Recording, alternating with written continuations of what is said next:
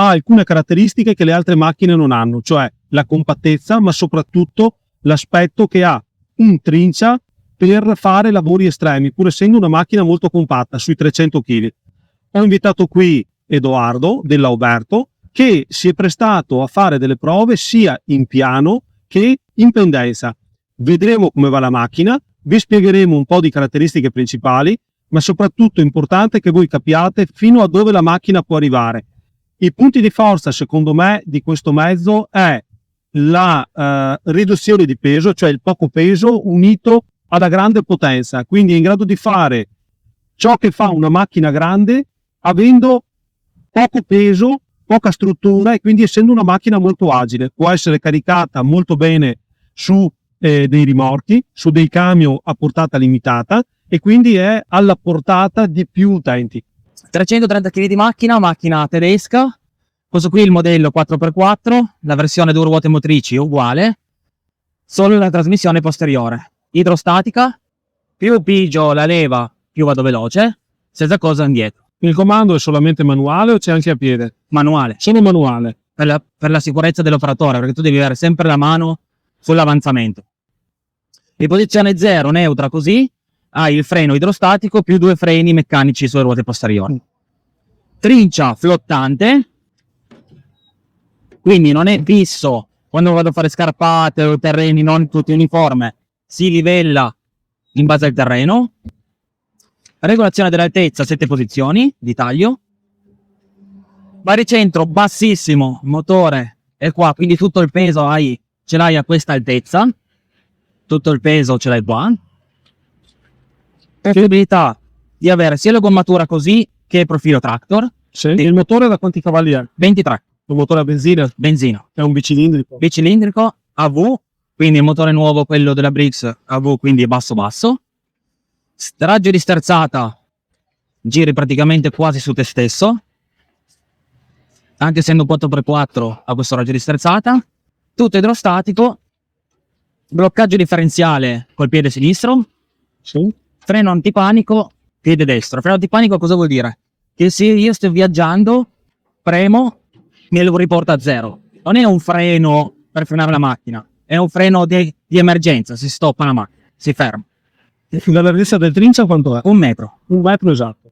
Inserimento rame, regolazione dell'altezza di taglio, acceleratore, quando si taglia sempre al massimo, e avanzamento. La macchina, anche rispetto a quello che c'è in giro, a quello che può essere il mercato della concorrenza, per cosa si distingue questa macchina? Piatto flottante, io taglio, sono tipo in questo caso in pendenza, non vado mai a girare sul piatto con la mano, ma il piatto si adatta al terreno. Ok, quindi questo non è da poco. Non è da poco. Il peso, raggio di sterzata, sì, e la velocità di lavoro. La macchina non ha un particolare in plastica, tranne il serbatoio che per legge deve essere in plastica, è tutta in acciaio.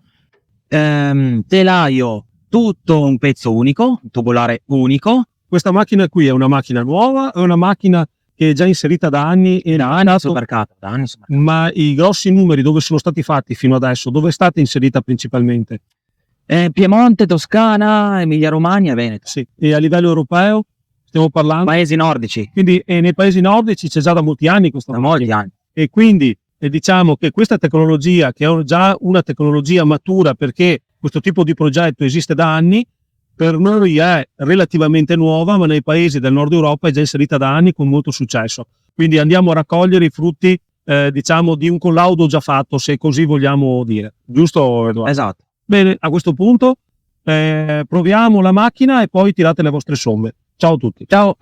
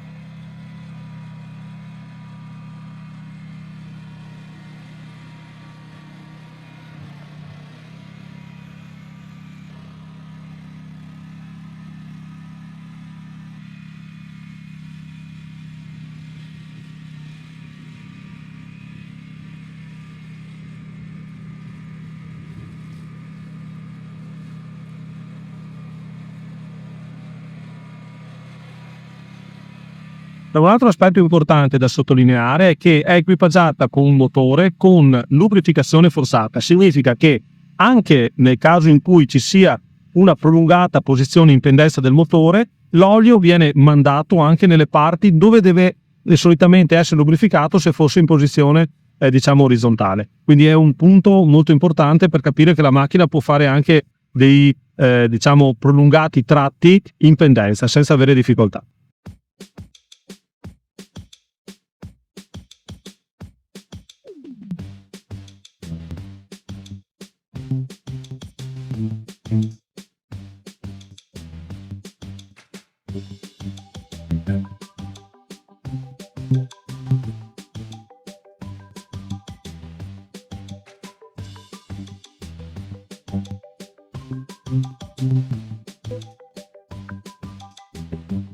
Qui ho voluto capire la macchina quale può essere il limite, quindi qui c'è una ceppaia che ha ricacciato e ci sono tutti i rami vecchi tagliati, probabilmente con una roncola, con qualcosa che li ha mantenute integri, li hanno solo coricati, per cui la macchina in pendenza in salita abbiamo provato a tagliare questi qui, avete visto come si è comportata, ha trovato una piccola difficoltà ma poi riproponendo lo stesso percorso ce l'ha fatta tranquillamente, quindi a sto punto possiamo solo dire che siamo sorpresi anche noi. Chiaramente se avete bisogno di maggiori informazioni e volete un attimo capire in maniera migliore la macchina o avere qualche riscontro, non abbiate problemi, contattateci.